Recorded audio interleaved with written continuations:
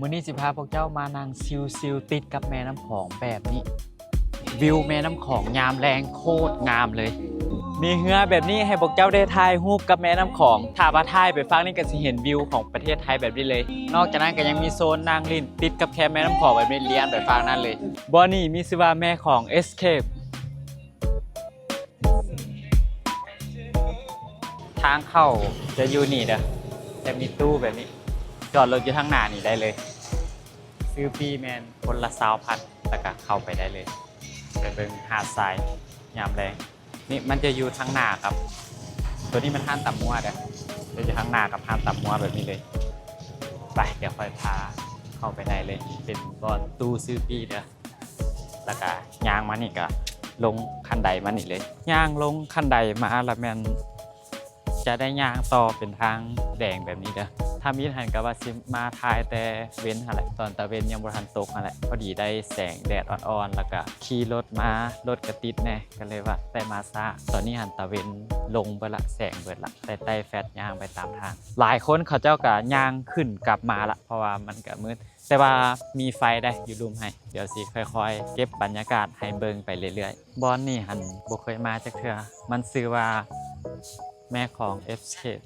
ระยะทางที่ยากมานี่ก็ค่อนข้างไกลหน่อยหนึ่งประมาณ500 เมตรค่อยหันบ่ฮู้ว่าเขาเจ้าสามารถเอารถมาจอดอยู่ในนี่ได้ค่อยก็เลยจอดรถอยู่เทิงพุ่นละยางลงมาที่จริงอันขี่รถเข้ามาก็ได้ตัวนี้จะเป็นประตูทางเข้า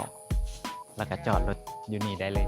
อ๋อลงบอนรถใหญ่จอดหั่นบ่แล้วก็ขี่มาเลยถ้าว่าสิเอารถจักรลงมาจอดนี่หั่นต้องลงบอน3แยกปากประซักหั่น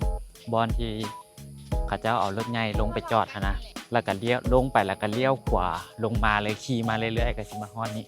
สำหรับไผเข้ามาแมนจะได้ซื้อปีเป็นปีแบบนี้จะได้ใบแบบนี้มูลค่าแมน20,000 กีบ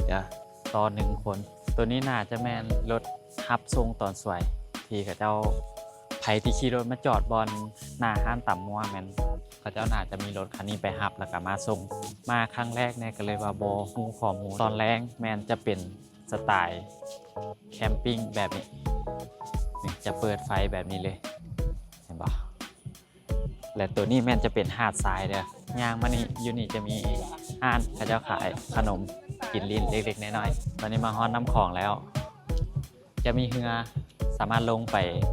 นางได้แล้วก็สามารถขี่เรือลองน้ำของได้เลยตลอดแคมฟังน้ำของก็จะมีตังแบบนี้เรียนไปให้ได้นางชมวิวแม่น้ำของตอนแรงฟังนั้นก็จะเป็นฟังไทยเป็นมือที่พรคลายขนาดเลยแต่ว่าหน้าเสียดายที่สุดเลยมาคำก็เลยว่าบ่ได้ลองเรือบ่ได้ขี่เรือก็มีแต่ได้ชมวิวตามแคมแม่น้ำของไงแหละมันจะเป็นตังแบบนี้เรียนมาตามแคมแม่น้ำของนี่เลยให้นางถ่ายรูปนางชมวิวแม่น้ำของยามแรงฝากนั่นงามได้เขาจะใต้ไฟเฮ็ดงามได้ฝากนั้นเดี๋ยวข้อยสิพาพวกเจ้าลงเข้าไปเบิ่งเรือเด้อไปลงมานี่ก็สิเป็นขวาแบบนี้เด้อให้ย่างข้ามไปตอนนี้ข้อยอยู่หัวเรือเขาเจ้าหันปิดให้บริการแล้วถ้ามาตอนสวยแม่นสามารถขี่เรือลองได้เขาเจ้าจะมีบริการขี่เรือลองตามแม่น้ำของใครอยากมาตอนสวยสัมผัสบรรยากาศขี่เรือลองแม่น้ำของก็สามารถมาได้เลยเด้อจะเป็นเรือแบบนี้นอกจากจะได้ขี่เรือลองตามแม่น้ำของแล้วเราสามารถสร้างอาหารเขามากินอยู่ใน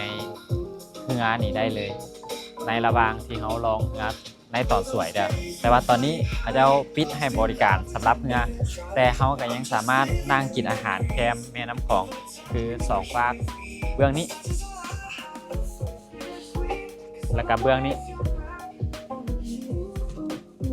ที่สำคัญคือมันมีซีนดาดพอดีอยากซีนดาดเลยบรรยากาศก็จะประมาณนี้เลยนั่งซิวๆเป็นสไตล์แคมปิ้งแบบนี้อยู่แคมแม่น้ำของแบบนี้เลย